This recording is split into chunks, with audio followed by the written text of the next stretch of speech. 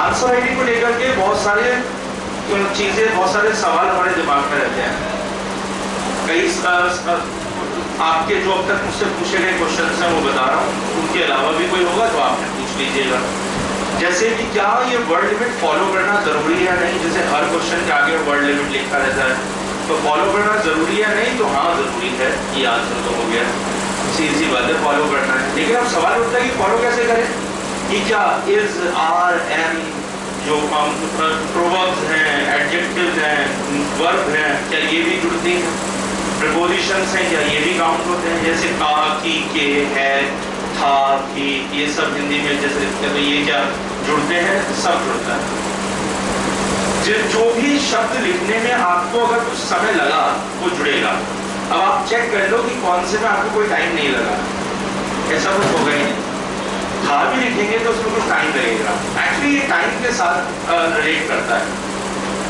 क्या वहां पर वर्ड्स काउंट होते हैं, नहीं पता, कहीं नहीं लिखा ही काउंट होंगे, ये लिखा है कि फॉलो करिए। काउंट करने का किसके पास समय है, तो प्रैक्टिकली पॉसिबल नहीं कि काउंट होते हैं वर्ड, लेकिन तो फिर वो नंबर कैसे काटेंगे अगर आपने वर्ड लिमिट को आगे बढ़ा दिया, नंबर अपने आप कट जाएंगे। क्योंकि अगर आपने वर्ड लिमिट को एक्सटेंड कर रहे हैं हर क्वेश्चन के अंदर, एक आधे क्वेश्चन को छोड़ दें, तो अगर हर क्वेश्चन में आपकी वर्ड लिमिट एक्सटेंड हो रही है, आपका पेपर छूटेगा ही छूटेगा, पक्का छूटेगा। अगर पेपर छूटेगा तो नंबर तो ऑटोमेटिकली कट जाएगा ना, क्योंकि वो इतने क्वेश्चन देते हैं कि वर्ड लिमिट अगर फॉलो कर ली तब भी क्वेश्चन छूट जाते हैं, और अगर वर्ड लिमिट को एक्सटेंड करें तब तो कई गुना ज्यादा क्वेश्चन छूटेंगे। तो एक सीधी सी बात है कि आपने कोई 10 नंबर का क्वेश्चन उठाया, फिर टॉपर्स का आप अगर मेरिट देखें तो टॉपर्स की मार्कशीट में उनके 50% मार्क्स से ज्यादा स्कोर नहीं हो पा रहे हैं। जो रैंक 1 ला रहा है वो 50% बहुत मुश्किल से स्कोर कर पा रहा है, तो 50% तो उसके भी कटे हैं, यानी कि 10 नंबर के क्वेश्चन में 5 नंबर तो टॉपर को ही मिल रहा है। मान लेते हैं आप टॉपर हो तो 5 नंबर मैक्सिमम आप स्कोर कर जाओगे 10 में से। अब आपने बहुत मेहनत करके वर्ड लिमिट एक्सटेंड की और अच्छा लिखने के लिए, वो आपको 10 में से 10 तो देगा ही। सपोज 100 वर्ड्स का क्वेश्चन था, आप उस पर 200 वर्ड्स लिख दिए, अब ऐसा तो डबल लिख देते, जब आप लिखोगे तो पता चलेगा, पेपर के लिखोगे आपको पता नहीं चलता।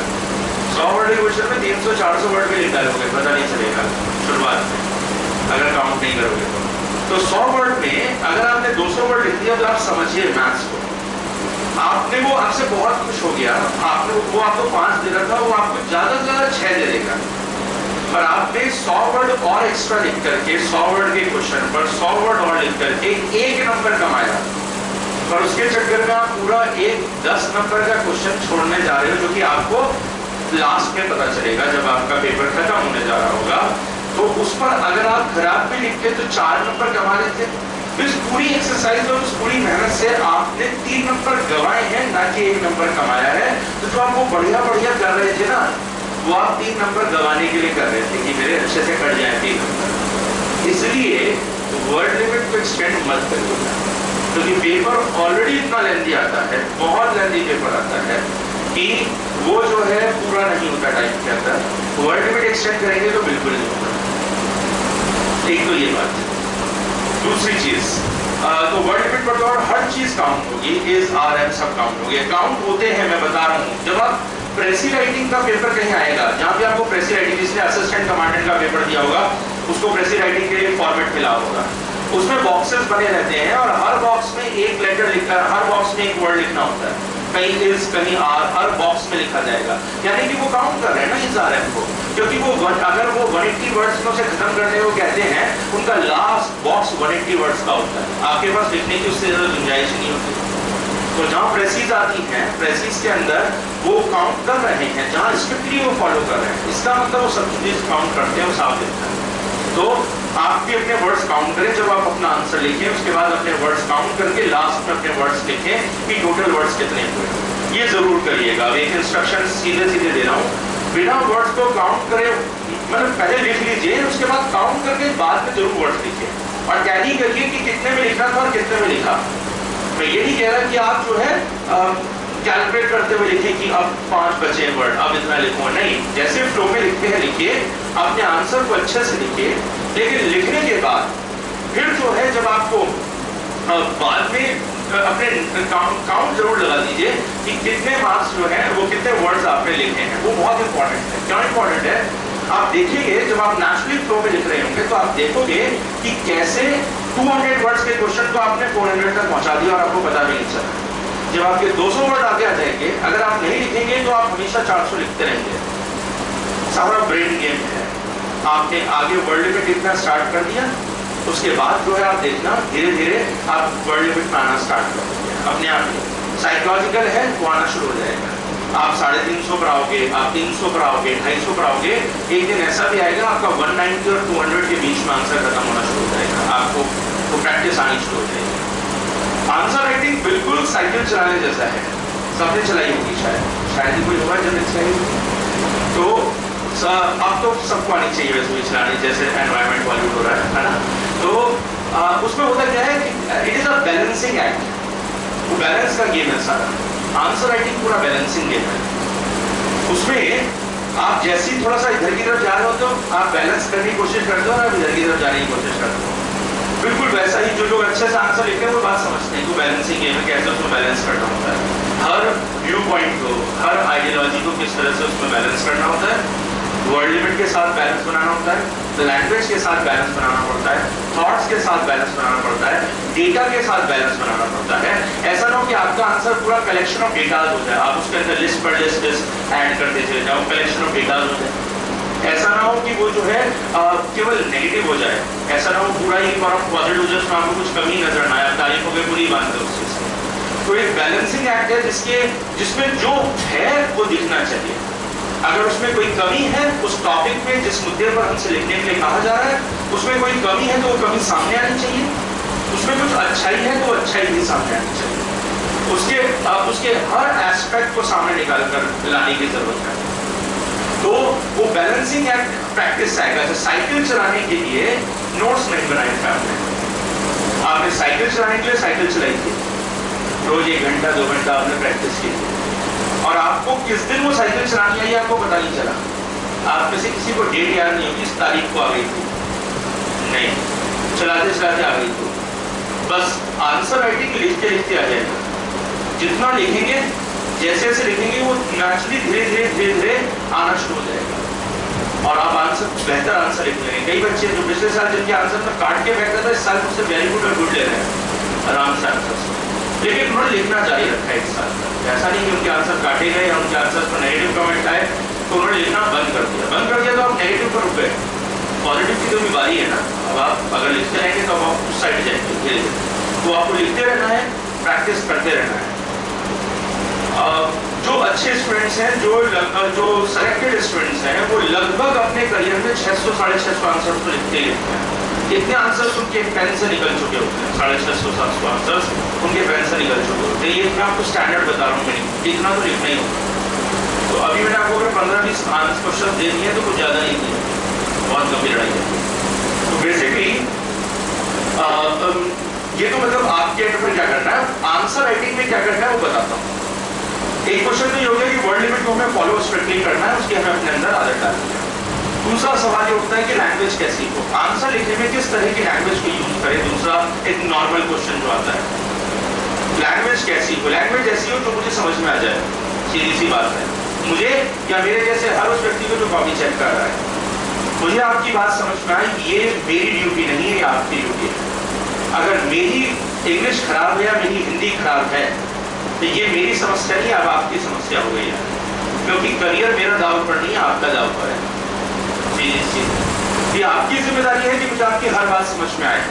इसलिए अपनी बात समझाने के लिए आपको जितनी बातों का ख्याल रखना है, अपनी भाषा में उतनी बातों का ख्याल रखें। मतलब जैसे कि मैं कई बार बोलता हूँ कि हिंदी वाले इंग्लिश के वर्ड लिखें, इंग्लिश के technical word at least note down करें। क्यों बोलता हूँ, क्योंकि आपने बहुत ही क्लिष्ट हिंदी का शब्द लिखा, हो सकता है संभवतः आपकी कॉपी कोई इंग्लिश मीडियम का ही प्रोफेसर चेक कर रहा हूँ, क्योंकि प्रोफेसर हिंदी मीडियम के बहुत कम मिलते हैं और यूपीएससी उतना ध्यान नहीं देती कि वो हिंदी मीडियम में प्रोफेसर ढूंढ के लाएगी।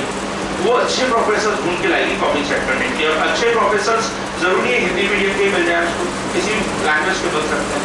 तो इसलिए जब आप हिंदी में अपना शब्द लिखिए, हिंदी में जैसे लिखते हैं वो शब्द को लिखिए, लेकिन उसके साथ ब्रैकेट में उसका अगर इंग्लिश का टेक्निकल वर्ड है तो लिख दीजिए, अगर बहुत क्लिष्ट शब्द है तो उसका इंग्लिश का टेक्निकल वर्ड ब्रैकेट में लिख दीजिए, जिससे कि प्रोफेसर को डिक्शनरी ना उठानी पड़े, क्योंकि उठाएगा नहीं, वो वहां मेहनत करने के लिए नहीं बैठा है। सीधी सी बात है, उसे जितनी बात समझ में आएगी उतनी बात पर नंबर दे देगा, कम समझ में आएगी कम देगा, ज्यादा समझ में आएगी ज्यादा देगा। सीधी सी चीज, ये आपकी ड्यूटी है कि आपकी लिखी हर वर्ड उसको समझ में आ जाए। अब लैंग्वेज कैसी हो, दो इश्यूज हैं, वर्ड लिमिट और लैंग्वेज के साथ बड़ा ही अपोजिट रिलेशनशिप है। जितने वर्ड ज्यादा खर्च करेंगे, टेक्निकल बात बता रहा हूं, लिखने में आती है, जितने ज्यादा वर्ड्स खर्च करेंगे उतना ज्यादा लैंग्वेज सिंपल होती जाएगी। जितने कम वर्ड्स खर्च करके लिखने की कोशिश करेंगे, लैंग्वेज उतनी ही कॉम्प्लेक्स होती जाएगी। यही बैलेंस बैठाना है बस, क्योंकि आपको वर्ड लिमिट में भी लिखना है और आपको सिंपल लैंग्वेज में भी लिखना है, दोनों ही काम करने हैं। अब कैसे क्यों कह रहा हूं, देखिए, अगर आप कम वर्ड में लिखना चाहते हैं तो आपको लंबे सेंटेंस फॉर्म करने पड़ेंगे, सीधी सी बात है। कॉमा लगा करके आप ज्यादा से ज्यादा बातें अपनी कहेंगे, जितना ज्यादा कॉमा लगा करके लंबे सेंटेंस में जाएंगे उतना ज्यादा जो कंटेक्स्ट, जो सब्जेक्ट के साथ जो रिलेशनशिप है वो टूट जाएगा। हर सेंटेंस में हम सब्जेक्ट लिखते हैं, वर्ब लगाते हैं, उसके बाद आगे कुछ लिख रहे हैं। सपोज आपने एक वर्ड लिखा, एक कुछ लिखना स्टार्ट किया और आप उसे कॉमा लगा करके आपने तीन लाइन का एक सेंटेंस बना दिया। तीसरी लाइन तक आते आते वो सब्जेक्ट ही भूल जाएगा कि किस पर बात चल रही है। इसलिए छोटे सेंटेंस बनाना में लैंग्वेज सिंपल हो जाती है, समझ में जल्दी आ जाता है। जैसे आपने एनसीईआरटी की बुक्स अगर पढ़ी होंगी, पढ़नी शुरू कर दी होंगी आप सबने, तो एनसीईआरटी की लैंग्वेज सिंपल लैंग्वेज होती है। कुछ लोगों को वो भी टफ लगती है, मेरे पास सारे बच्चे की टफ है, बट वो सिंपल लैंग्वेज मेरे हिसाब से। तो सिंपल लैंग्वेज है, उसमें छोटे छोटे सेंटेंस बने हुए हैं, छोटे छोटे सेंटेंस बनते हैं। तो उसमें नुकसान क्या है, लैंग्वेज, फायदा ये लैंग्वेज सिंपल बन जाएगी, नुकसान ये है आपको हर नई लाइन में, हर नए सेंटेंस में फिर से सब्जेक्ट लगाना पड़ेगा, फिर से वर्ब लगाना पड़ेगा, यानी कि आपके 3 वर्ड हर लाइन में एक्स्ट्रा खर्च हो रहे हैं। तो जितने छोटे सेंटेंस बनाएंगे उतना ज्यादा हर लाइन में 3-3 वर्ड आपके एक्स्ट्रा लगते चले जाएंगे, और वो आप देखेंगे जब आप 20 लाइन लिखते हैं तो 60 हो जाते हैं वर्ड। जब आपको लिखना ही 150 वर्ड में है, 200 वर्ड में है, तो 60 वर्ड बहुत वैल्यूएबल है। अब समझिए आपकी पूंजी क्या है, वर्ड्स जो आपको दिए गए हैं इतने खर्च करने हैं। तो बिल्कुल नोट की तरह से सोचिए ना कि मेरे को 100 रुपए दिए और मुझे खर्च करने हैं, तो 1-1 रुपया वैल्यूएबल हो जाता है जब मैं उसे खर्च करने जा रहा हूँ। बजट बनाना पड़ता है, तो ये भी बजट जैसा ही है कि आप हर लाइन में केवल सब्जेक्ट बताने में, वर्ब लगाने में ही 3-3 वर्ड खर्च कर देंगे, तो 60-70 वर्ड का आपकी केवल सब्जेक्ट, हर लाइन में सब्जेक्ट बताने में खर्च हो जाएंगे। तो यहाँ सेंटेंस बहुत लंबा भी नहीं होना है और इतना भी छोटा नहीं होना है कि हम जो है वर्ड लिमिट से हट जाएं। यही लिखने में आपको प्रैक्टिस करते हुए डेवलप करना है। ये इसका कोई फॉर्मूला नहीं दे सकता, क्योंकि ये क्वेश्चन टू क्वेश्चन डिपेंड करेगा। यही आपको डेवलप करना है कि कैसे लैंग्वेज यूसेज भी रहे और हमारा वर्ड लिमिट के अंदर भी आए। लैंग्वेज से रिलेटेड एक बात और बताना चाहता हूँ, रिपीटेशन ऑफ आइडियाज नहीं होना चाहिए। यानी कि एक ही विचार को, यूनिवर्सिटी वाला तरीका नहीं कि भाई बस एक लाइन बता दे बस उसके बाद तो मैं लिख लूंगा, वो नहीं होना चाहिए। जो हम करते थे वो एक लाइन बता देता था भाई, और फिर आप जो है पूरी कॉपी भर देते थे। इतना टैलेंट आपके पास है, वो यूनिवर्सिटी वाला टैलेंट वही छोड़ करके आए तो बेहतर होगा, क्योंकि उसमें जो है आप एग्जाम का समय खराब कर रहे हैं। क्योंकि आपको बस एक वर्ड पता चले, चैप्टर ही बता दे बस कौन सी चैप्टर से आया है, बस फिर तो आप लिख ही देते थे और नंबर भी मिल जाते थे यूनिवर्सिटी में। यहाँ नहीं मिलेंगे, क्योंकि यहाँ पर आइडियाज पर नंबर मिल रहा है। आप जितने आइडियाज देंगे उतने नंबर मिलेंगे। अगर आप ज्यादा आइडियाज देंगे तो उस हिसाब से नंबर मिलेंगे। अब आपने आइडिया तो एक ही दिया, उसी एक विचार को घुमा फिरा के लिख दिया, लास्ट में हमें इससे शिक्षा मिलती है और फिर शिक्षा भी वही दे दी, सब कुछ वही हो गया, शुरू से लेकर आखिर तक वही चलता आ रहा है, तो टाइम वेस्ट करेगा। प्लीज एक विचार एक ही बार आना चाहिए, उस पर कुछ और चर्चा करनी है, उस पर कुछ और एनालिसिस करना है तो आप उसे और आगे दे दीजिए। लेकिन ऐसा नहीं हो कि घूम फिर कर हर दूसरी तीसरी लाइन में फिर वही आइडिया आप रिपीट कर, रिपीटेशन ऑफ आइडिया नहीं होना चाहिए। दूसरी बात, आपकी वोकैब इतनी स्ट्रांग तो होनी चाहिए कि उसमें हर एक्सप्रेशन के लिए 2 या 3 वर्ड्स हों, यानी कि आपके पास सिनोनिम्स हों, आपके पास पर्यायवाची शब्द हों। वो लिखते लिखते पढ़ते पढ़ते आएगा, क्योंकि रिपीटेशन ऑफ वर्ड से बचा तो नहीं जा सकता, लेकिन रिपीटेशन ऑफ वर्ड किडिश हो जाता है जब बहुत ज्यादा होता है। आप हर लाइन में कुछ ही शब्द है, उन्हीं को बार बार यूज कर रहे हैं और उन्हीं से अपनी बात कह रहे हैं। एक ही बात को कहने के लिए 2-3 वर्ड हो सकते हैं। कभी आप कोई वर्ड यूज करिए, उसी एक्सप्रेशन के लिए जब आप आगे बढ़ेंगे तो फिर कोई दूसरा वर्ड लिखिए जिससे तात्पर्य है, इससे अर्थ निकलता है। मतलब अलग अलग हम सिनोनिम्स यूज करते रहते हैं, तो उन सिनोनिम्स को यूज करिए जिससे कि लैंग्वेज रिच होगी, उसमें जो है एक मैच्योरिटी आएगी। वोकैब जितनी आएगी उतना ज्यादा। इसीलिए आप सोचिएगा जिन लोगों को कि इंग्लिश या कुछ भी सुधार, लैंग्वेज जिनको सुधारनी होती है, उनको वोकैब जरूर तैयार करने के लिए कहा जाता है। जितने लोग जीआरई की प्रिपरेशन करते हैं, जो बाहर की टॉफल वगैरह की प्रिपरेशन करते हैं, सबसे कहा जाता है कि वोकैब को, जहाँ इंग्लिश चेक हो रही है वहां पर वोकैब स्ट्रॉन्ग करो। हमारे हिंदी चेक नहीं होती क्योंकि हिंदुस्तान में रहते हैं, तो वरना अगर हिंदी चेक होगी तो भी वोकैब देखी जाएगी, क्योंकि लैंग्वेज को रिच तो वोकैब ही करती है। अब हमारी सीमाएं हैं, हम कोई थिसॉरस तो रटते नहीं है, हम लोग कोई डिक्शनरी रटते नहीं है, तो हमारी बहुत वास्ट वोकैब नहीं हो सकती, लेकिन कुछ तो वर्ड्स हम अपने वोकैब में बढ़ा ही सकते हैं। हिंदी के अंदर और इंग्लिश के अंदर हम उसको एनरिच करते रहे, जिससे कि जब हम अपने आंसर के, एक सीधी सी बात है, एक बच्चा वही 3, 4, 5 रिसोर्सेज के साथ अपना काम चला रहा है, उसके कंपैरिजन में दूसरा बच्चा 10, 15, 20 रिसोर्सेज डाल करके अपने आंसर को लिख रहा है, ऑब्वियसली नंबर उसको ज्यादा मिलने चाहिए। वो एक मैच्योरिटी शो कर रहा है, मैच्योर है भी, अगर वो आपसे ज्यादा जानता है लैंग्वेज के मामले में तो मैच्योर है। हाँ, एक बात समझिएगा, इसमें एक गलती हो जाती है, वो बिल्कुल मत करिएगा।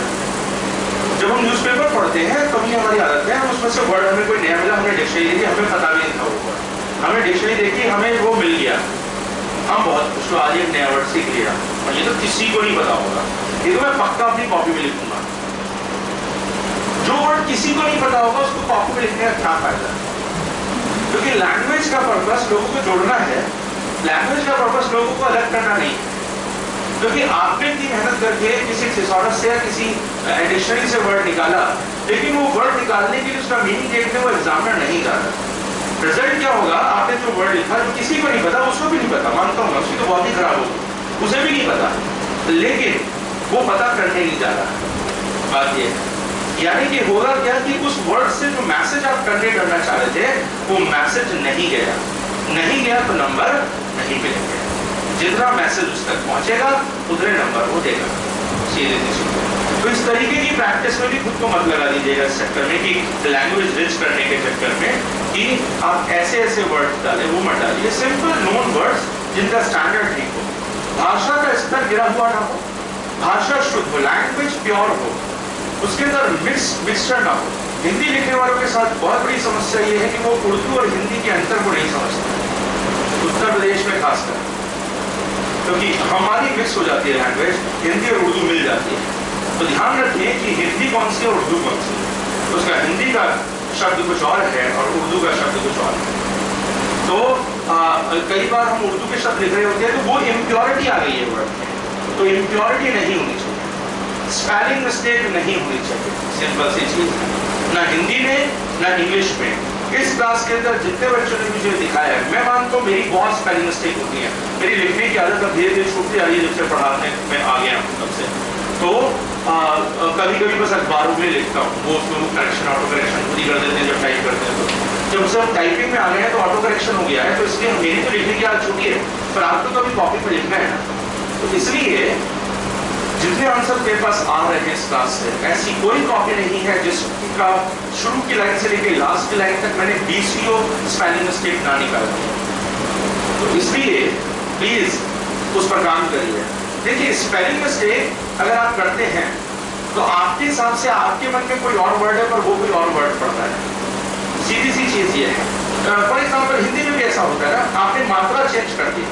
एक छोटे से एग्जाम्पल से समझाता हूँ। आप कहते हैं मैं गृह में रहता हूं और आप कहते हैं मैं गृह में रहता हूं, दोनों हैं गृह, लेकिन दोनों का मतलब जमीन आसमान का अंतर है। एक का मतलब प्लैनेट से है और एक का मतलब होम से है। तो इसलिए आपका सिर्फ इतना करने से ही दूरी बहुत लंबी तय हो जाती है। वो पूछा भाई साहब कौन से ग्रह में रहते हो, तो ये और बता दो। तो आपको तो लगता है मैं सही लिख रहा हूं, लेकिन आपका मीनिंग ही बदल चुका है, पूरी लाइन चली। बिल्कुल वैसे ही आप प्रिंसिपल की स्पेलिंग में अगर आप ध्यान नहीं देंगे तो एक प्रिंसिपल सिद्धांत हो जाएगा और एक प्रिंसिपल जो है प्रधानाचार्य हो जाएगा। तो इसलिए आपने ई ए इनका ध्यान नहीं दिया, इतने में ही डिफरेंसेस बहुत सारे आ जाएंगे। आपको भले फर्क ना पड़ता, उसको पड़ता है। क्यों नहीं आपको फर्क पड़ता? आपको मालूम है आप क्या लिख रहे हो, उसको नहीं मालूम आप क्या लिख रहे हो। उसको ये पता है जो आपने कॉपी पे लिखा है, आप क्या लिखना चाह रहे थे। जब मैं बच्चों को बुलाता हूँ तुमने क्या लिखा, फिर वो कहता है सर मैं तो ये लिखना चाह रहा था। कईयों के साथ हुआ होगा जिन्होंने अपनी कॉपियां दी है, मैंने बुलवाया होगा, पूछो भाई मुझे समझाओ तुम क्या लिखना चाह रहे थे, कि मुझे तो नहीं पता तुम क्या लिखना चाह रहे थे, तुम्हें मालूम है, तुम्हें वो वही दिख रहा है और मुझे कुछ और दिख रहा है। तो इसका ध्यान रखना होगा। लैंग्वेज में सब बहुत सा ध्यान रखना। दूसरी तो प्योरिटी लैंग्वेज की रहनी चाहिए। दूसरी चीज है ग्रामेटिकल मिस्टेक नहीं होनी चाहिए। यूपीएससी का जो नोटिफिकेशन जाता है एग्जामिनर्स के पास, जो गाइडलाइंस जाती है, अभी क्या होता है कि अभी ऑनलाइन पेपर होता है तो गजट नहीं आता। हमारे टाइम में ऑनलाइन फॉर्म भरे जाते हैं, हमारे टाइम में फॉर्म ऑनलाइन नहीं भरे जाते थे, तो हमारे पास पूरा लिफाफा बंच आता था। जब हमारा मेंस का फॉर्म आता था, मेंस के फॉर्म के साथ गजट भी आता था। उस गजट के अंदर सारी गाइडलाइंस होती थी कि बच्चों के लिए क्या गाइडलाइंस है और कॉपी चेक करने वालों के लिए क्या गाइडलाइंस है, कि आपको किन किन बातों को ध्यान रखना है, आपको क्या क्या ध्यान देना है। वहाँ स्ट्रिक्टली लिखा रहता था grammatical mistake should be punished, ये लाइन क्लियरली लिखी रहती। तो अब वाले बच्चे नहीं पढ़ पाते उसको, क्योंकि वो ऑनलाइन फॉर्म फिल कर देते हैं, गजट पढ़ने की जरूरत नहीं होती। तो हमारे केस में क्या था, गजट आता था तो वो हमें तब वो पता चलता था। तो वो लेकिन यूपीएससी का माइंडसेट तो वही है ना, फॉर्म ऑनलाइन होने से क्या हो जाता है, एग्जाम का माइंडसेट तो वही है। तो इसलिए ग्रामेटिकल मिस्टेक नहीं होनी चाहिए। बट अनफॉर्चुनेटली इस क्लास के अंदर जितने बच्चे लिखते हैं 99.9% ग्रामेटिकल मिस्टेक कर रहे हैं। अभी तक जितने कॉपीज मेरे पास हैं, मैं एक अच्छी कॉपी के इंतजार में हूं, मुझे नहीं मिल रही है, सच बता रहा हूं। आप सबको अपनी ग्रामर पर काम करने की जरूरत है। कहाँ वॉज लिखना है, कहाँ इज लिखना है, कहाँ थर्ड फॉर्म लगानी है, कहाँ फर्स्ट फॉर्म लगानी है, एक्टिव वॉइस में लिख रहे हो, पैसिव वॉइस में लिख रहे हो, उसका ध्यान ही नहीं चल रहा है। हम रोजमर्रा की भाषा में जैसा बोलते हैं लिखते समय वो नहीं हो सकता, क्योंकि अगर आप प्रेजेंट टेंस में कोई बात कह रहे हो और आप कब पास में चले गए आपको पता ही नहीं है। आपने कब गांधी जिंदा कर दिया, कब गांधी मार दिया, आपको पता नहीं चला, कहाँ पहुंच गए। अगर आप लिख देंगे once upon a time there was Narendra Modi, इसका क्या मतलब है, आप सोचिए जरा, आपको सोचिए क्या होगा। तो इसलिए लिखते हुए आपको सोचना तो पड़ेगा ना। तो इसलिए कर क्या रहे हैं, तो इसका आपको नहीं मालूम कि आप क्या कर रहे हैं, अनजाने में आप बहुत बड़ी मिस्टेक करते जा रहे हैं। ये चीज है, तो उस ग्रामर का ध्यान रखिए। वो मार्क होगी नहीं, वहां नंबर पक्का कटेंगे, क्योंकि वो हमने गजट में पढ़ रखा है, लिखा हुआ है कि नंबर काटिए सीधे सीधे। क्योंकि आप लोगों को इंडिया के लेटर्स लिखने, अगर आप सेलेक्ट हो गए, आपको इंडिया की तरफ से लेटर्स लिखने हैं, इंडिया की तरफ से आपको लेटर्स फ्रांस के लिए लिखने हैं, अमेरिका के लिए लिखने हैं, अदर कंट्रीज को आपको इंडिया को रिप्रेजेंट करना है। आपको एप्लीकेशन और लेटर्स कोर्ट के लिए लिखने हैं, अपने डिपार्टमेंट की तरफ से आपको भेजने हैं लेटर्स।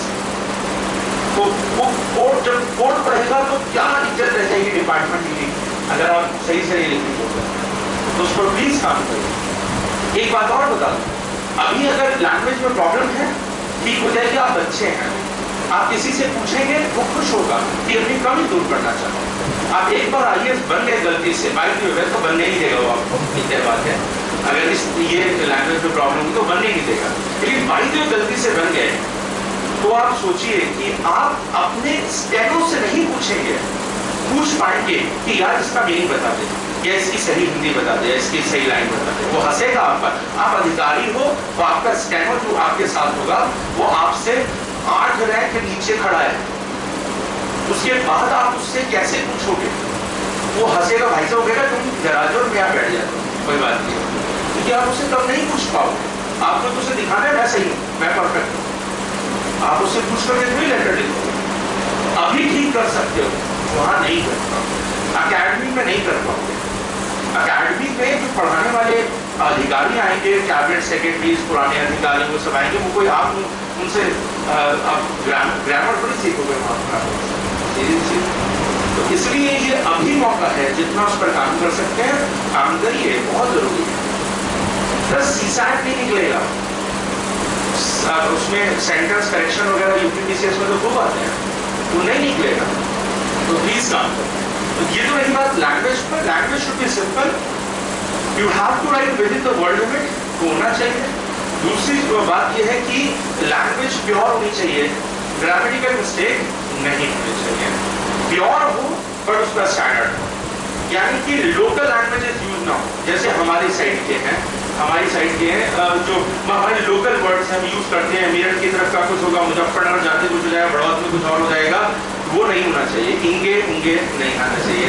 जो हमारे लोकल वर्ड्स हैं हमारे, वो मैं समझा रहा हूँ, कई बार हमारी भाषा में आ जाते हैं, हम हिंदी में बोलते हैं और हिंदी में आ जाते हैं, मैं देखता हूँ, तो वो नहीं आने चाहिए। सीधे सीधे भाषा की शुद्धता बनी रहनी चाहिए, purity of sentence, purity of language रहनी चाहिए। एक बात ये ध्यान रखना, हमारे टाइम में कहा जाता था कि आंसर लिखने में 4 बातों का ध्यान रखना है, SLRM। तो S stands for sequence, अभी बात करूंगा। L stands for language, जो मैंने आपको बता दिया। R stands for relevance, अगली बात मैं R की ही कर रहा हूँ, relevance की बात कर रहा हूँ, प्रासंगिकता की बात कर रहा हूँ। क्वेश्चन लिखते समय बहुत जरूरी है कि सबसे पहले क्वेश्चन को कई बार पढ़ें, कई बार उसको पढ़ें, 1-2 बार तो कम से कम पढ़ना ही चाहिए। इनफैक्ट 3 बार क्वेश्चन को पढ़ना चाहिए। 3 बार क्वेश्चन को पढ़ें, थोड़ा टाइम और लग जाएगा, 1 मिनट लग जाएगा, ठीक है। उसको पढ़ने के बाद वो क्यों कह रहा हूँ पढ़ने के लिए, क्योंकि सबसे इंपॉर्टेंट पार्ट है ये समझना कि पूछा क्या है। हो सकता है आपको चैप्टर समझ में आ जाए वो देखकर, लेकिन फिर भी आप ये ना पकड़ पाए कि उसने पूछा क्या है। हर क्वेश्चन में 2 पार्ट होते हैं, एक होता है जो ओपन पार्ट होता है, जो कि क्लियरली विजिबल है, जो दिख रहा है, बट हर क्वेश्चन में हिडन पार्ट होता है। जो जितने सिंपल क्वेश्चन है उसमें हिडन पार्ट ज्यादा होते हैं। दूसरा पार्ट जो दिख नहीं रहा पर है, फॉर एग्जाम्पल एक क्वेश्चन से बात करते हैं। क्वेश्चन अगर आपके सामने आता है, सपोज कि इसी से मैं समझाता हूँ, आजकल तो चर्चाओं में बहुत है, the post of governor should be abolished. Comment टिप्पणी करें, the post of governor should be abolished, राज्यपाल का पद समाप्त कर देना चाहिए, टिप्पणी करें। इसमें एक शब्द बहुत इंपॉर्टेंट है, सीधी चीज ये वो कह रहा है, पहला कह रहा है वो राज्यपाल का पद समाप्त कर देना चाहिए। अब लाइन तो सीधे सीधे लिख किया जी, राज्यपाल का पद समाप्त कर देना चाहिए, the post of governor should be abolished. Comment करना है, टिप्पणी करनी है। नाउ इसमें एक वर्ड कमेंट इंपॉर्टेंट है। आपने जितने सारे क्वेश्चन किए, मैंने पहले क्वेश्चन इसीलिए लिखवाए, सब में एक से वर्ड नहीं आए। कहीं डिस्कस आया वर्ड, कहीं एक्सप्लेन वर्ड आया, कहीं जो है कमेंट वर्ड आया, कहीं आई थिंक एनालिसिस वर्ड आया, वो तो आया, नहीं तो आ जाएगा, आगे कोई क्वेश्चन दूंगा उसका जाएगा। कुल मिला के 10-12 तरह के वर्ड्स हैं जो कि रिपीटेटिवली क्वेश्चंस में आते हैं। वो वर्ड अपनी वैल्यू रखते हैं। कोई तो रीजन होगा उसने हर जगह एक्सप्लेन नहीं लिखा, कोई तो रीजन होगा उसने हर जगह डिस्कस नहीं लिखा या हर जगह कमेंट नहीं लिखा। ज्यादातर क्वेश्चंस कमेंट वाले आते हैं, कई जगह वो क्रिटिकली लिखता है एनालाइज, तो क्रिटिकली एनालाइज लिखता है। अलग अलग जगह अलग अलग शब्दों का प्रयोग किया, मीन्स उनका कुछ पर्पस है, उस वर्ड को डाल के वो आपसे कुछ और चाहता है, कुछ पर्टिकुलर डिमांड है उसकी, जनरल डिमांड नहीं है, कुछ पर्टिकुलर डिमांड है जो उसने अपना वर्ड बदला है और कोई नया वर्ड उसने उसके आगे लगाया है।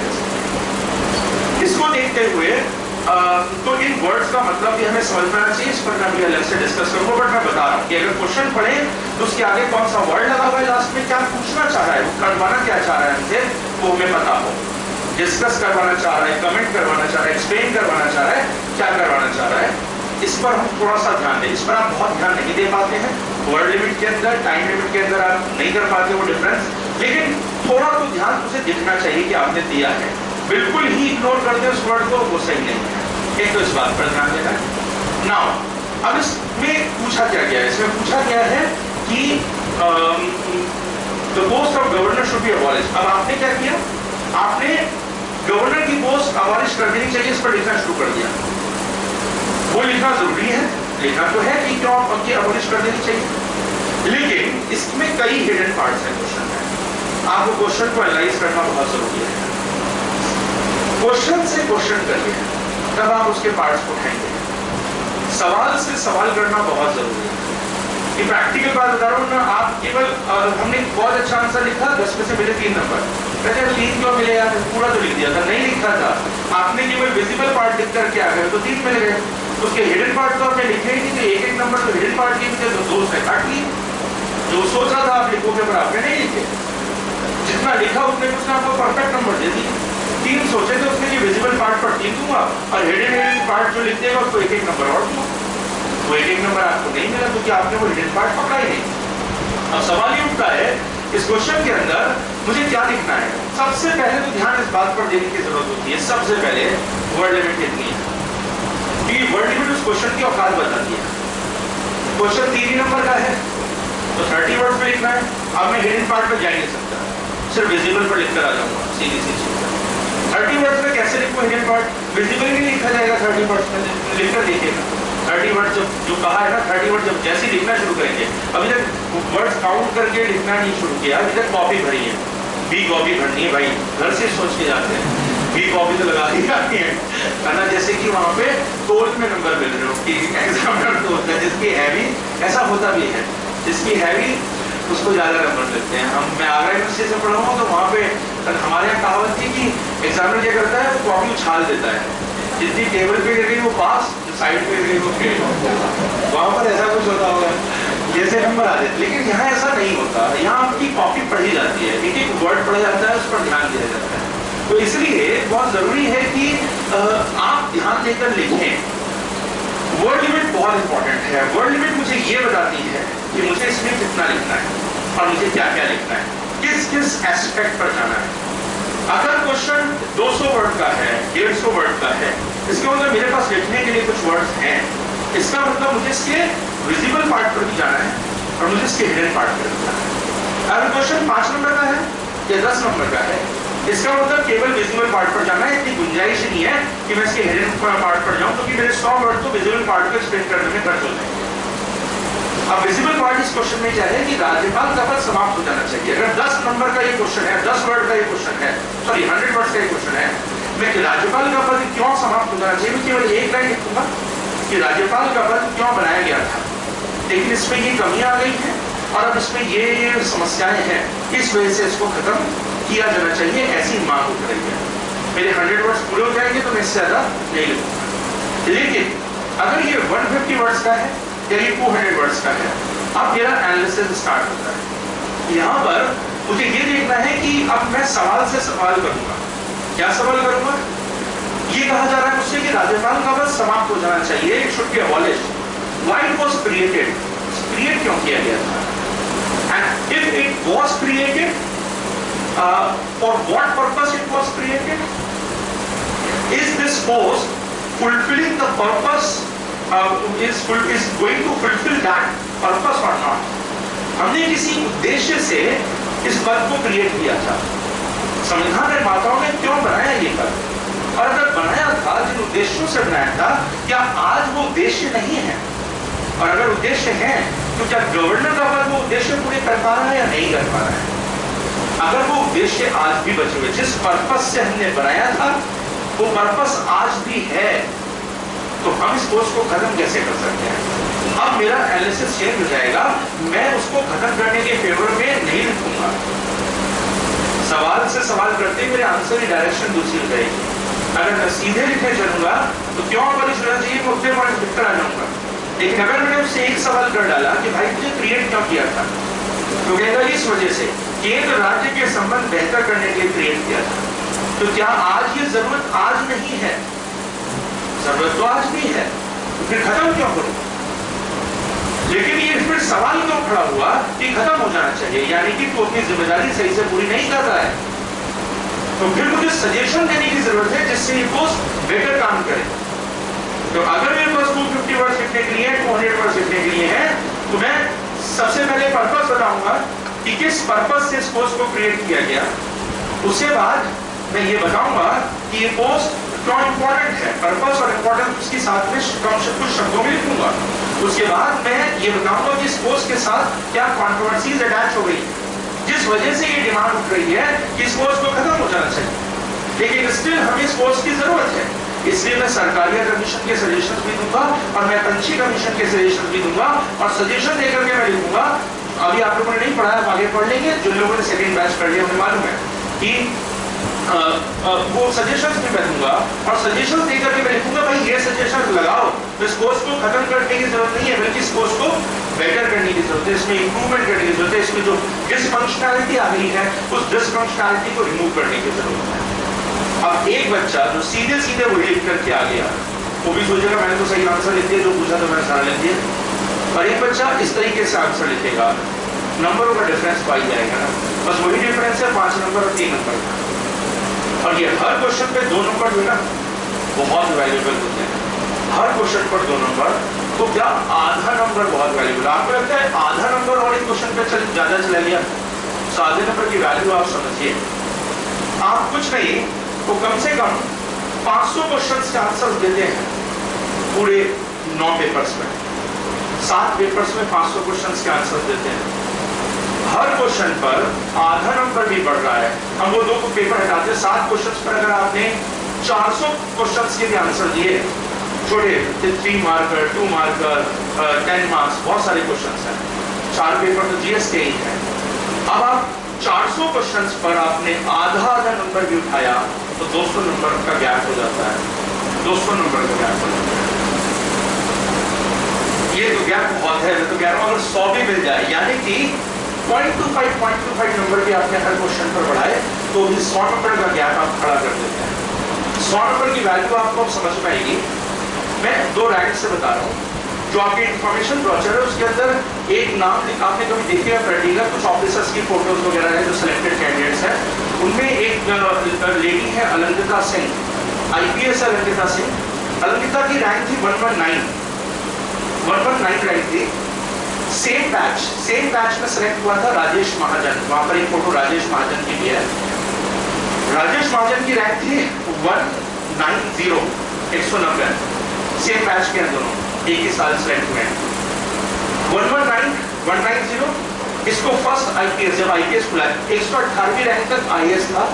119 पे पहला IPS खुला, अलंकिता को मिला यूपी कैडर, इसीलिए मिला क्योंकि यूपी सबसे पहला IPS की पसंद होती है, वो यूपी की रहने वाली भी थी। 119 तो इसको मिला फर्स्ट IPS, और IPS बंद हुआ, पहला IRS खुला, इसको मिला फर्स्ट IRS। ये IAS बनना चाहती थी और ये IPS बनना चाहता था लाइफ में, ये से वर्दी चाहिए थी, IPS बनना चाहता था। एक नंबर और होता है, आधा नंबर और होता, ये IPS में होता है, और इसका और आधा नंबर होता ये IAS होता। पर वो सपना वही है। चलो IPS तो बनी, कुछ तो बनी। अब समझिएगा इन दोनों के बीच में रैंक का कितना डिफरेंस आया?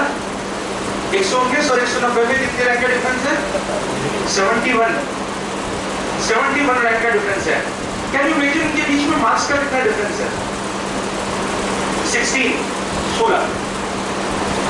16 नंबर में 71 रैंक्स डिसाइड हो गई।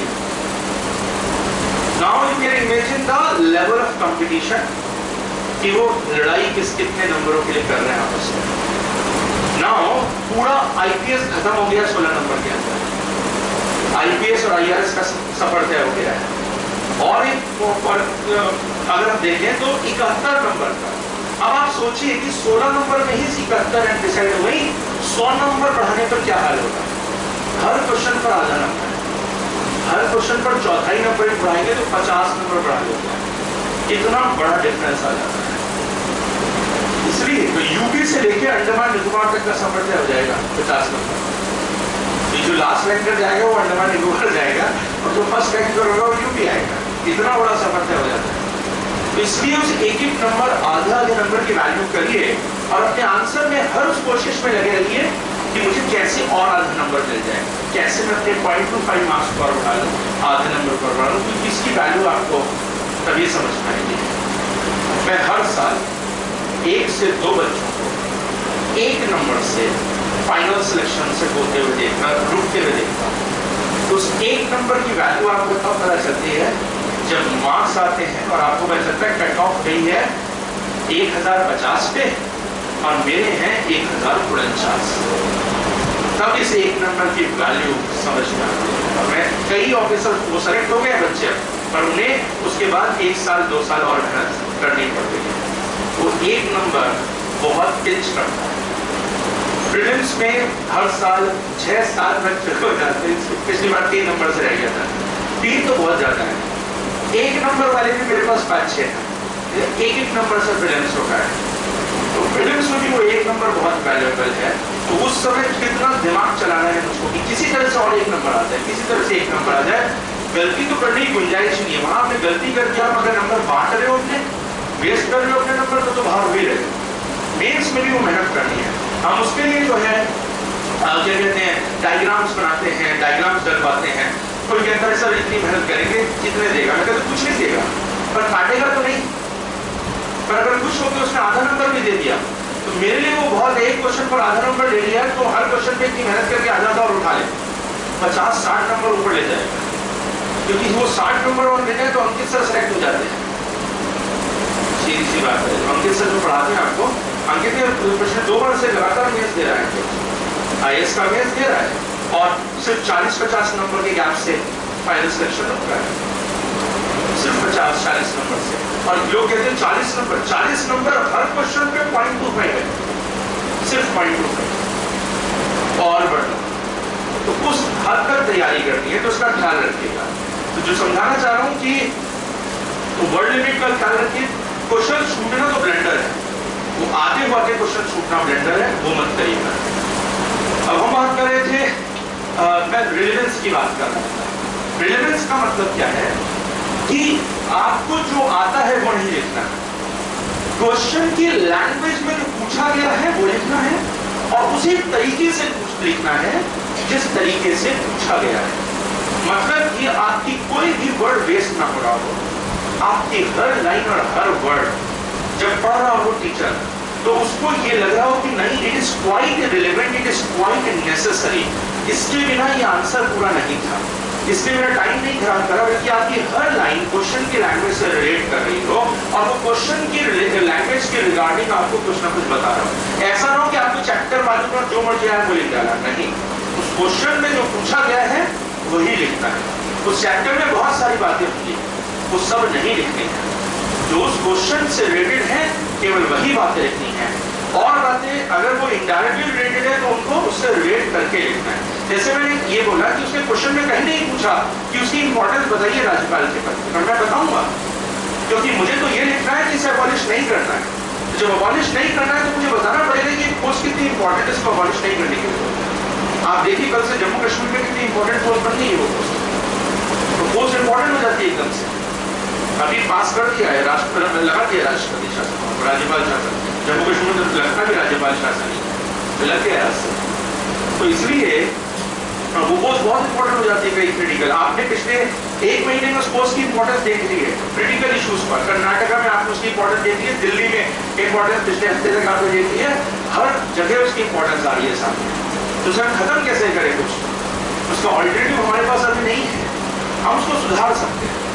तो हम उसे रिलेट करें, क्वेश्चन की लैंग्वेज से रिलेट करके लिखें, क्वेश्चन आपकी रिलेवेंस ना छोड़े, जो आपका आंसर है वो आपकी रिलेवेंस को ना छोड़े, तो रिलेवेंस शुड बी देयर, उसका ध्यान रखने की जरूरत है। एक है sequence, SLR, L for language, R for relevance and S for sequence. Sequence का मतलब क्या है? अभी कई बच्चों के साथ ऐसा हुआ है, मैंने कमेंट भी किया कि तुम्हारे को जो दिमाग में आया तुमने लिख दिया, तुम आंसर लिख रहे हो, अभी तुम्हारे को लिखा तुमने उसी से रिलेटेड है, पर कभी कुछ मन में आ गया, लिखते लिखते एक और पॉइंट याद आ गया, वो पॉइंट आगे लिख दिया, फिर लिखते हुए कुछ और आ गया, वो पॉइंट आपने आगे लिख दिया। ये नहीं होना चाहिए। हमेशा क्वेश्चन को पढ़ने के बाद रफ पेज अपने पास रखिए, कॉपी में बोलिए, रफ पेज के अंदर उसको बाद में काट दीजिए तो वो समझ जाएगा आपने रफ रखा है, और उसमें क्वेश्चन का स्ट्रक्चर जरूर बनेगा।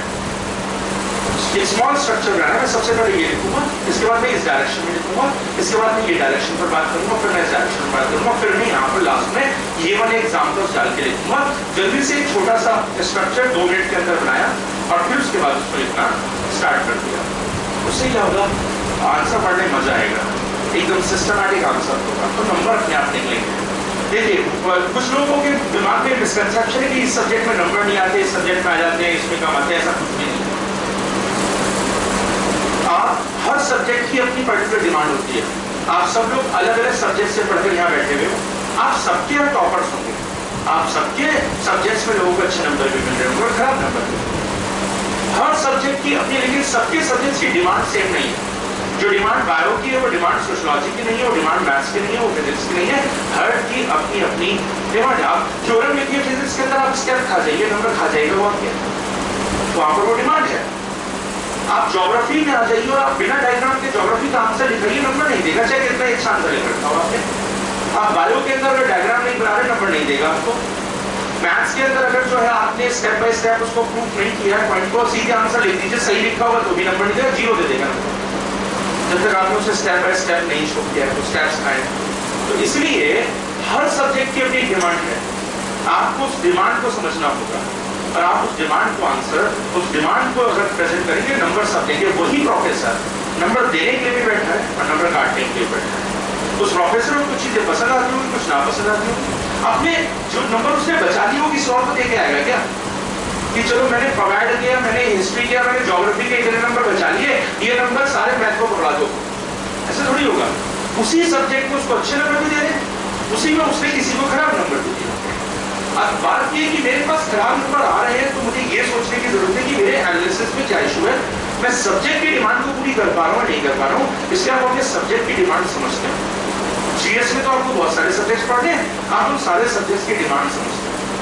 पॉलिटी के अंदर विदाउट आर्टिकल चर्चा करके निकलते ही नंबर नहीं मिलेंगे, कितनी अच्छे समझा लीजिए।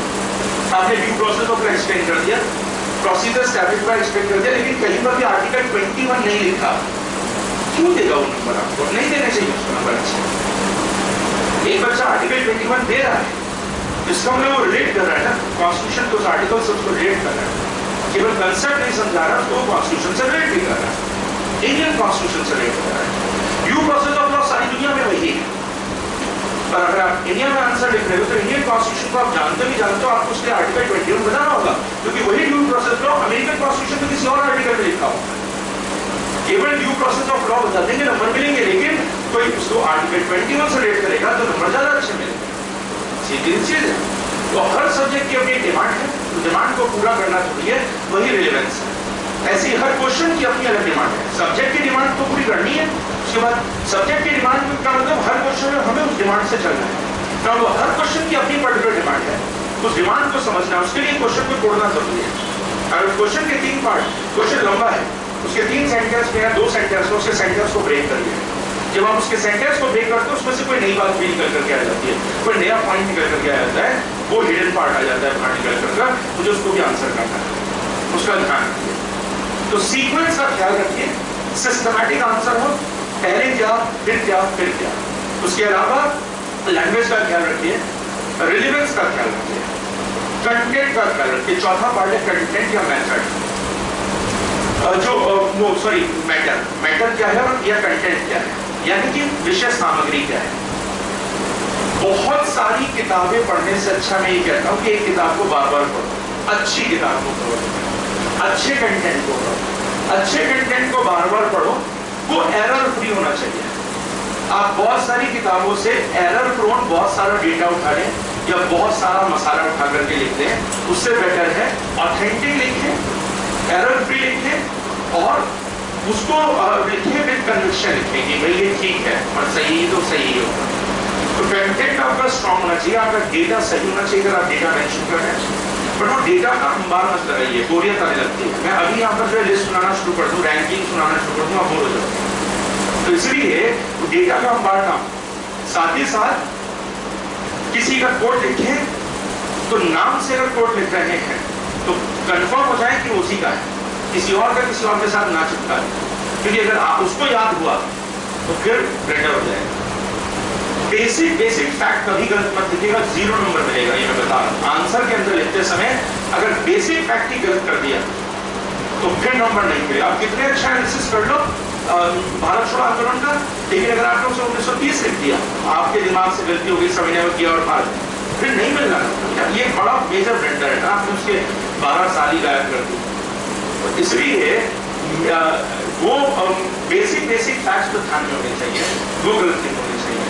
फैक्ट्स लिखिए तो सही लिखिए, लिखिए और सही लिखिए, कोट्स डालिए सही डालिए, डायग्राम्स डालिए जितने डाल सकते हैं, अपने डायग्राम छोटे छोटे क्रिएट करिए, जीएस में भी डायग्राम्स डालिए। डायग्राम से रिप्रेजेंटेशन बेटर हो जाता है और रिप्रेजेंटेशन के नंबर होते हैं, सीधी सी बात है। उस आप जल्दी में नहीं, वो आपसे ज्यादा जल्दी में, जितनी ज्यादा कॉपी चेक करेगा उतने ज्यादा पैसे कमाएगा। एक एक कॉपी के 50 रुपए मिल रहे हैं, उसको 100 रुपए मिल रहे हैं इस समय।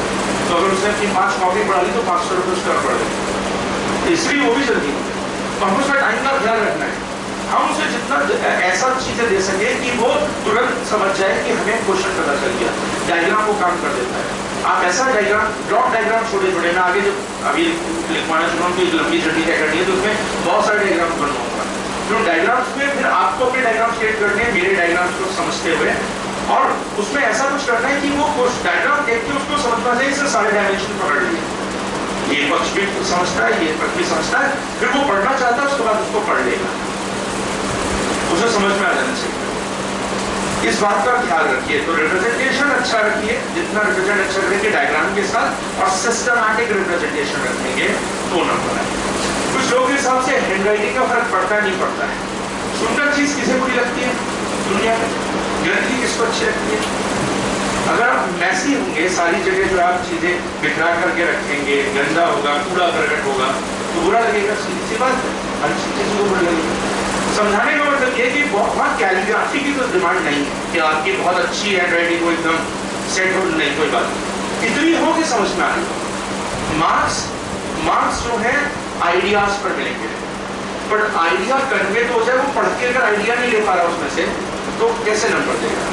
लैंग्वेज लीजिए, जैसे अलंकृता की हैंडराइटिंग बुरा मान जाएगी, उसकी पेंटिंग बहुत अच्छी है अलंकृता की, पर हैंडराइटिंग उतनी अच्छी नहीं है, मेरे को तो नहीं पसंद आई कभी, पर मैं अभी तो बोल सकता हूँ, यहाँ नहीं है तो कह सकता हूँ, मुझे तो पसंद नहीं आई, लेकिन उसकी पेंटिंग बहुत अच्छी है, बहुत अच्छी पेंटिंग बनाती है, लेकिन मल्टी टैलेंटेड है वो, बहुत अच्छा डांस करती है, she is very good singer, she is very good photographer, multi talented है वो। इस समय एलबीएस की डिप्टी डायरेक्टर है, लाल बहादुर शास्त्री अकेडमी की डिप्टी डायरेक्टर है। तो वो जो है, लेकिन उसकी हैंडराइटिंग उतनी अच्छी नहीं है, बट शी गॉट 119 रैंक। ये मुझे, इससे मुझे ये समझ में आ गया कि वो बहुत अच्छी हैंडराइटिंग पर ही देख रहे हैं, लेकिन हाँ इतनी होनी चाहिए कि समझ में आ जाए, समझ में उसकी आती थी तो उसके नंबर नहीं कटे, हैंडराइटिंग पर नंबर नहीं कटे, तो हैंडराइटिंग पर नंबर नहीं कटेंगे अगर वो समझ में आ रही है। हाँ इतनी गलती है कि समझ में भी नहीं आती है। कुछ बच्चे ऐसे होते हैं जब उनकी कॉपी क्या आगे रखते हैं वो नहीं पढ़ के बता पाते हैं, तो भाई क्या लिखा है, कहते सर अभी तो मुझे भी नहीं आ रहा सोच क्या लिखा है, पर ऐसी ना हो, ऐसी होगी तो नंबर नहीं मिलेंगे, इसका ख्याल रखिएगा, वो बहुत जरूरी है। तो एक हैंडराइटिंग ठीक ठाक होनी चाहिए। एक और दिमाग में चीज, हेडिंग्स डालनी है नहीं डालनी है, पैराग्राफ में लिखते हैं, पॉइंट्स में लिखते हैं, ये क्वेश्चन कॉमन आता है। It depends upon the numbers and word limit. आपकी वर्ड लिमिट कम है, 100 वर्ड है, 50 वर्ड है, 150 वर्ड है, वर्ड लिमिट छोटी है, 200-250 में नहीं है अगर, और आपके पास लिखने के लिए मैटर्स टॉपिक पर ज्यादा है, आपके दिमाग में आपको बहुत सारी डायमेंशंस पर लिखना है, पॉइंट्स में लिखिए। अगर वर्ड लिमिट बड़ी है, पैराग्राफ में हमेशा पॉइंट से बेटर राइटिंग होती है, मैच्योर राइटिंग होती है पैराग्राफ में लिखने। कब होता है पैराग्राफ में लिखना, क्योंकि उसमें लैंग्वेज देना होता है, पॉइंट्स में लैंग्वेज नहीं देना होता है, सिर्फ आप इंफॉर्मेशन दे रहे हो। तो जिस क्वेश्चन में सिर्फ इंफॉर्मेशन देनी है और अपनी राइटिंग स्किल्स शो नहीं करनी, उस क्वेश्चन के अंदर पॉइंट्स में लिखिए। जिस क्वेश्चन के अंदर राइटिंग स्किल्स भी आप देख नंबर मिलेगा, 250 वर्ड कह रहा है तो नंबर तो राइटिंग स्किल पर भी है, वहां पर पैराग्राफ में लिखिए, वहां मत लिखिए पॉइंट पर। और लोग पॉइंट पर लिखेंगे, आप पैराग्राफ में अच्छा लिखाइए, आपको नंबर ज्यादा मिलेंगे, क्योंकि वहां पर अपनी मैच्योरिटी शो करते हो, अपनी राइटिंग स्किल को शो। तो फिर मैं कह रहा हूँ ये नंबर पर डिपेंड करेगा और आपके पास कितना कंटेंट अवेलेबल है उस टॉपिक के लिए, उस पर डिपेंड करेगा। टॉपिक के लिए आपके पास कंटेंट ज्यादा है और नंबर कम है, वर्ड लिमिट छोटी है, ज्यादा इंफॉर्मेशन को पकड़ा है उसको पॉइंट्स में, लेकिन 1-2 लाइन लिखिए उसके बाद पॉइंट्स में पकड़ा दीजिए। लेकिन अगर जो है आपके को वर्ड लिमिट बड़ी है, कंटेंट उस हिसाब से सफिशिएंट है या ज्यादा नहीं है, और वर्ड लिमिट जो है बड़ी है, पैराग्राफ में लिखिएगा। पैराग्राफ में लिखने पे हमेशा अच्छे नंबर मिलेंगे। कोई मैच्योर राइटिंग होती है, जितनी मैच्योर राइटिंग से जितने अच्छे आप, कोई भी आप नॉवेल पढ़िए, कोई भी अच्छा कुछ भी पढ़िए, कौन सा पॉइंट में लिखा होता है, पॉइंट में लिखने के साथ ही राइटर तो खत्म हो जाएगा।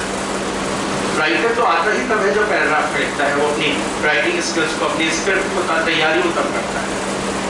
तो पॉइंट तब आप ये आपको उसके हिसाब से डिसाइड करना है कि पैराग्राफ में लिखना है या पॉइंट में लिखना है। अगला एक और पॉइंट रहता है कि हेडिंग्स डालें या ना डालें, कितने कलर के पेन यूज करें। आपके पास टाइम नहीं है बहुत ज्यादा कलर यूज करने का, एक कलर से भी इतना भारी हो जाता है।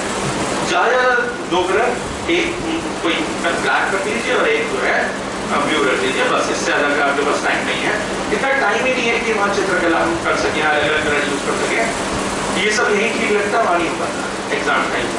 तो आगे कुछ समझ तो क्वेश्चन पूरे हो जाएंगे, वो बहुत बड़ी बात है। तो दो पैक में रखिए, दो पैक यूज करिए। हेडिंग्स मत डालिए, कम से कम हेडिंग्स डालिए। बहुत ज्यादा हेडिंग्स में बांट करके वो यूनिवर्सिटी स्टाइल का मत दिखेगा। देखिए एक होता है सीक्वेंस वाली जो बात है, हमेशा अच्छा ही लगता है जब आप पॉइंट्स में लिखते हो तब तो आप इंडिपेंडेंट स्टार्ट करते हो, लेकिन जनरली जब आप पैराग्राफ में लिखते हो तब हेडिंग मत डालिए। पॉइंट्स में लिख रहे हो तो हेडिंग डाल सकते हो, पैराग्राफ में लिख रहे हो हेडिंग बिल्कुल मत डालो। क्यों? क्योंकि हमेशा पैराग्राफ में लिखो तो कैसे लिखो, मैच्योरिटी क्या है। फर्स्ट पैराग्राफ पहले जो बात कहती हूँ फर्स्ट पैराग्राफ में है, दूसरे में जो कहती हूँ सेकंड पैराग्राफ में है। लेकिन जब आप सेकंड लिख रहे हो, your second paragraph should be the extension of your first paragraph, your third paragraph should be the extension of your second paragraph. दो आप उसमें कोई नई बात लिख रहे हो, थर्ड पैराग्राफ में कुछ नया लिख रहे हो, सेकंड पैराग्राफ में कुछ नया लिख रहे हो, लेकिन थर्ड पैराग्राफ सेकंड की ही बात को कंटिन्यू करके नई डायरेक्शन आपको थर्ड में देनी है, थर्ड की बात को कंटिन्यू करके नई डायरेक्शन आपको फोर्थ में देनी है, जिससे कि फर्स्ट से लेकर फोर्थ कनेक्टेड हो, फर्स्ट और फोर्थ कनेक्टेड हो। एक कहानी की तरह से, जैसे स्टोरी राइटिंग होती है। स्टोरी राइटिंग में क्या होता है, ऐसा नहीं हमेशा एक नया पैराग्राफ आ जाता है या हेडिंग, स्टोरी में कभी हेडिंग नहीं आएगी, देखिएगा, क्योंकि उसमें पिछले पैराग्राफ की बात को कंटिन्यू किया जाता है और आगे बढ़ाया जाता है। जबकि स्टोरी, लव की स्टोरी में कई सारे मोड़ आते हैं, कई सारे नए चेंजेस आते हैं, लेकिन वो पैराग्राफ चेंज करके पिछली बात को कंटिन्यू करके और आगे की बात कही जाती है। बस उस स्टाइल से लिखना है जब आप पैराग्राफ लिखेंगे, वही मैच्योरिटी है। वो डालने की जरूरत है इंट्रोडक्शन, कंक्लूजन, वो हेडिंग्स डालकर लिखने की जरूरत है। उसे आपका पैरा पढ़ के समझ में आ जाएगा आप कंक्लूड कर रहे हो, भाई मैंने कहा यहाँ पढ़ा जाता है तो पता चल जाएगा आप कंक्लूड कर रहे हो। इंट्रोडक्शन से समझ में आ जाएगा आप इंट्रोड्यूस कर रहे हो, आपको हेडिंग बताने की जरूरत नहीं कि इंट्रोडक्शन। ऐसा क्यों कह रहे हैं? हेडिंग्स क्रिएट डिवाइड, यहाँ पर कनेक्शन स्टैब्लिश करना है, डिवाइड्स क्रिएट नहीं है। तो यहाँ पर मैं कह रहा हूँ second paragraph should be the extension of first paragraph. तो फर्स्ट और सेकंड के बीच में जहां हमने हेडिंग लगा दी वो दोनों अलग अलग हो गए, वो दोनो't सेपरेट हो गए, दोनों डिवाइड हो गए। सेकंड की हेडिंग का फिर जो बातें क्यों फर्स्ट में आएंगी नहीं, उन्हें तोड़ना नहीं है, उन्हें जोड़ना है। एसेज में हेडिंग नहीं डलती है, बता रहा हूँ, एसेज में हेडिंग नहीं डालती, पहले डलती हूँ, क्या डालता हूँ, यहाँ मत डालिए। ऐसे में शॉर्ट राइटिंग का सबसे अच्छा एग्जाम्पल है, वहाँ सारा वहाँ को टाइम दे रहा है, वो कह रहा है 2 ऐसे लिखो 3 घंटे तो 10 ऐसे नहीं लिखवा रहा 3 घंटे, 2 ऐसे लिखवा रहा है। हमारे टाइम में एक ही लिखवाता था, बहुत टफ टास्क था, एक टॉपिक पर 3 घंटे लिखना। अब वो 2 कर दिए उसने, अब वो 2 ऐसे लिखवा रहा है, 3 घंटे दे रहा है, 2 ऐसे लिखवा रहा है। 2 साल से उसने ऐसा चेंज किया है, 2-3 साल से। तो अब जो है, अब तो 2 ऐसे लिखवा रहा है तो थोड़ा आसान हो गया है, लेकिन फिर भी 1.5 घंटा जब वो आपको दे रहा है और एक ऐसे लिखने को कह रहा है, यानी वो आपको सोचने का, समझने का, लिखने का पूरा टाइम दे रहा है। वो आपसे मैच्योर राइटिंग चाहता है, वो राइटिंग के स्किल्स को ही चेक कर रहा है ऐसे में। तो ऐसे में खुलकर लिखें, पैराग्राफ में लिखें, जोड़ करके लिखें, कनेक्ट करके आपस में लिखें। इस इतनी बातों पर तो ध्यान करो। टाइम हो गया 20 क्लास का एक्चुअली, अभी मुझे बातें तो कुछ और भी कहनी है, इसे और दिन कह दूंगा, जैसे मुझे टाइम मिलेगा फिर कह दूंगा। इतनी बातों पर ध्यान रख करके आंसर लिखना स्टार्ट करिएगा, ठीक है। जितना पढ़ा है अभी तक मैंने सारे वो क्वेश्चन किए जो आपने पढ़ा है उसी तरह। कोई क्वेश्चन हो तो बताओ, किसी को कोई डाउट हो तो बता दो, मेरे को भी पूछना नहीं था,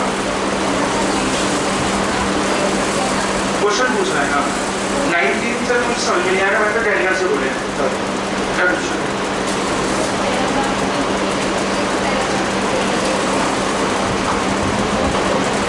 पहला वाला जो है पैरा में लिखोगे, सेकंड वाला पॉइंट में भी लिख सकते हो, सेकंड वाला पॉइंट में भी लिख सकते हो।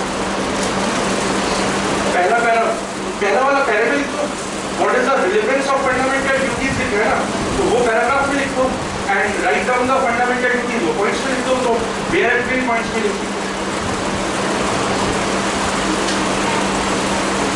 हाँ, ये भी बताना था, टाइम निकल गया तो बता नहीं पाया। दूसरी बात, क्वेश्चन को मल्टी डायमेंशनल लिखना है, मतलब कुछ बातों में ध्यान रखना है। मैं अगर कोई भी चीज लिख रहा हूँ तो उस पर सोचना मुझे ये है, क्या इसके साथ कोई हिस्ट्री कनेक्टेड है, अगर मेरे पास वर्ड लिमिट है, मैं फिर कह रहा हूँ ये सारी चीजें जब आप दिखा पाते हो, जब आपके पास 200 वर्ड का क्वेश्चन है, 250 वर्ड का क्वेश्चन है, 150 में भी कभी कभी मौका मिल जाता है, क्या इसका कुछ हिस्टोरिकल बैकग्राउंड है, तो उस हिस्टोरिकल बैकग्राउंड को लेकर आऊंगा, उसकी चर्चा थोड़ी सी कर डालूंगा, ये बताने को कि आई नो इट्स हिस्ट्री, मुझे उसकी इतिहास पता है। उसके अलावा प्रेजेंट में वो किस फील्ड से जुड़ा हुआ है, यार इसका कुछ इकोनॉमिक इंपॉर्टेंस है तो अगर है तो डाल सकते हो, उसका कुछ हिस्टोरिकल इंपॉर्टेंस है डाल दो, उसका कुछ ज्योग्राफिकल इंपैक्ट है डाल दो, उसका कुछ इन्वायरमेंटल इंपैक्ट है वो उसके साथ डालो। हर डायमेंशन में उस चीज को सोचोगे, हर चीज का असर हर जगह पड़ता है, वो उसके एनवायरमेंट पर भी असर डाल रहा है, उसकी इकोनॉमी पर भी असर डाल रहा है, वो सब चीजों पर असर डाल रहा है। सीधी चीज है, मैंने अपनी क्लासरूम के अंदर 4 AC लगा रखे हैं, ये मेरे इंस्टीट्यूट की इकोनॉमी पर भी असर डालते हैं, लेकिन ये मेरे इंस्टीट्यूट के एनवायरमेंट पर भी असर डालते हैं। अंदर ठंडा बाहर गर्मी के रखे मैंने इसके अंदर ग्लोबल वार्मिंग बढ़ाने में मैं योगदान दे रहा हूँ, सीधे सीधे दे रहा हूँ। अब किस खातिर? इकोनॉमी की खातिर। बहुत करके क्योंकि आप बैठोगे नहीं यहाँ पे, तो आपको बैठाने के लिए इकोनॉमिक इंटेंशन से मैं एनवायरमेंट को पॉल्यूट कर रहा हूँ। तो हर चीज का इकोनॉमिक इंपैक्ट भी है, हर चीज का एनवायरमेंटल इंपैक्ट भी है, तो उस एंगल से सोचिए, और अगर कुछ आता है तो उसको मेंशन करिए, तो उसके हिस्टोरिकल बैकग्राउंड के साथ भी जाइए, उसके साथ जुड़िए, साथ ही साथ उसका कोई पॉलिटिकल कंसीक्वेंस आ रहा है या उसका कोई पॉलिटिकल इंपैक्ट है तो उस राजनीतिक पक्ष को भी उसमें लिखिए, अगर कुछ राजनीति पर प्रभाव डालता है। वर्तमान में उस पर कोई कंट्रोवर्सी चल रही है, जरूर चर्चाओं में आनी चाहिए, अगर वो लिखने लायक है, ऐसी नहीं जो लिखने लायक नहीं, वो कंट्रोवर्सी में डालो। नाम लेकर कोई कंट्रोवर्सी मत हो, किसी नेता का किसी पार्टी का नाम लेकर कोई कंट्रोवर्सी मत हो। कंट्रोवर्सी लिखो तो इनडायरेक्ट तरीके से लिखो कि उसे समझ में जाए आजकल कुछ दल ऐसा कर रहे हैं, या आजकल की जो है वर्तमान के राजनीति में in the present political scenario it is seen, और फिर लिखो अब तुमने जिस दल में देखा तुम जानो, ये मत लिखो इस पार्टी में इस नेता ने ऐसा कहा, नहीं, उसका भक्त निकला तुम्हारा भविष्य खराब कर देगा भक्त। तो इसीलिए ये नहीं करना काम, नाम लेकर नहीं लिखना, लेकिन आप उस पर इंडिकेशन दे सकते हो कि ऐसा चल रहा है, ऐसा ये हो रहा है। तो वो चीज जो है देख सकते हैं। अगर पॉलिटिक्स में लिखना है future of coalition politics in India, तो अभी कोलिशन का ही मुद्दा नाम मत ले देना, but future of coalition politics in India, तो आप उसमें देख सकते हैं कि एक इंस्टेबिलिटी हमें कोलिशन पॉलिटिक्स में हमेशा दिखती है, डिसीजन मेकिंग का एक इशू हमेशा रहता है। आप वो बात कह सकते हो, बट जरूरी नहीं कि आपको PDP BJP नाम ही लो, हमें नहीं पता कॉपी चेक करने वाला कौन सी पार्टी का है, PDP का या BJP का। इसलिए यहाँ पर लेकिन हाँ पक्ष जरूर लिखो, अगर है तो आप उसकी चर्चा तो करोगे ही करोगे, वो उसकी चर्चाएं करिए। तो जितने प्रेजेंट में प्रॉब्लम्स हैं, अगर कोई कंट्रोवर्सी तो उस कंट्रोवर्सी को निकालिए। आपके आंसर में सॉल्यूशन जरूर होना चाहिए। जनरली हम प्रॉब्लम रेज करते हैं, प्रॉब्लम तो पत्रकार भी रेज करते हैं, फिर आपको सिविल सर्वेंट क्यों बनाए, आप पत्रकार बन जाइए। सिविल सर्वेंट सॉल्यूशन खोजता है, पर सॉल्यूशन जानने के लिए प्रॉब्लम समझना जरूरी है। तो आपके आंसर में प्रॉब्लम आनी चाहिए, बट आपके आंसर का जनरली हमारे आंसर्स का सबसे छोटा पार्ट सजेशन पार्ट होता है, हमारे आंसर का सबसे बड़ा पार्ट सजेशन पार्ट होता है। जनरली हमारे आंसर का सबसे बड़ा पार्ट प्रॉब्लम पार्ट होता है, जो मिलते हैं आंसर। आप मैं ये नहीं कह रहा प्रॉब्लम पार्ट को छोटा कर दीजिए, जितना हल्का रखिए, बट सजेशन पार्ट को बड़ा करिए, क्योंकि आप जितने बेहतर सजेशन देंगे उतने आप गवर्नमेंट ऑफ इंडिया के उपयोगी हैं, वो आपको ले लेंगे। प्रॉब्लम बता करके आप कहो मुझे ले लो, तो फिर वो क्यों लेंगे कि प्रॉब्लम तो तुझे पता है, तो पत्रकार को तुझसे ज्यादा पता है, रोज बताते हैं हमारी अखबारों में प्रॉब्लम, हम उन्हें बनाते हैं IAS। अब तो उन्होंने मौका भी दे दिया है डायरेक्ट प्राइवेट से एंट्री, वो वैसे ही बना लेंगे, संख्या तो बढ़ानी 10 की जगह 100 कर देंगे। पर बात ये है वो नहीं बना लेंगे, उनके पास सॉल्यूशन नहीं है, आपको सॉल्यूशन दे रहे हैं, आपको अपने आप को सिविल सर्वेंट प्रूव करना है। एक बात समझिएगा, UPSC किसी को IAS नहीं बनाती, UPSC भीड़ में से IAS खोजती है। आपको IAS बनना होगा, एक IAS की तरह से सोचना होगा, एक IAS की तरह से बिहेवियर शो करना होगा, एटीट्यूड शो करना वो, और आपका एटीट्यूड बिहेवियर सब आपकी कॉपी में जो आपको लिखता है उससे समझ में आ जाता है। बस उससे आपको दिखाना ना IAS हूँ, वो आपको भीड़ में से उठा लेगा, जिसने उसने उठाया आपको धक्का लग जाएगा IAS का। आपको बनना होगा, वो वैल्यूज और वो गुण तो आपको अपने अंदर पैदा करना होगा, तो आपको सॉल्यूशन ओरिएंटेड होना होगा, आपको समस्या के समाधान खोजना होगा। एक IAS को एक बैलेंस एटीट्यूड रखना होता है, इसलिए आपको बैलेंस होना होगा। आप किसी चीज के नेगेटिव साइड को समझते हैं, उसके पॉजिटिव को भी समझते हैं, किसी की पॉजिटिव पे बहुत ज्यादा समझते हैं तो उसके नेगेटिव साइड को भी समझिए। हो सकता है किसी चीज में पॉजिटिविटी भरी पड़ी है, पर एक नेगेटिविटी इतनी खतरनाक है वो पूरी पॉजिटिविटी को खत्म कर दे। इसलिए दोनों साइड को समझना जरूरी है। अगर उसमें एक भी नेगेटिविटी है तो वो भी आपकी कॉपी में आनी चाहिए, उसमें अगर 10 पॉजिटिविटी है तो वो भी आए, पर अगर एक नेगेटिविटी है तो वो छूटे ना, वो भी उसके अंदर आए। अपोजिट भी क्रिटिकल एनालिसिस भी कह रहा है कि नेगेटिविटी को शो करिए और उसकी पॉजिटिविटी को भी शो करिए। ठीक है, तो इन बातों को आंसर में जरूर डालिए, तो सबसे इंपॉर्टेंट पार्ट है। ठीक है।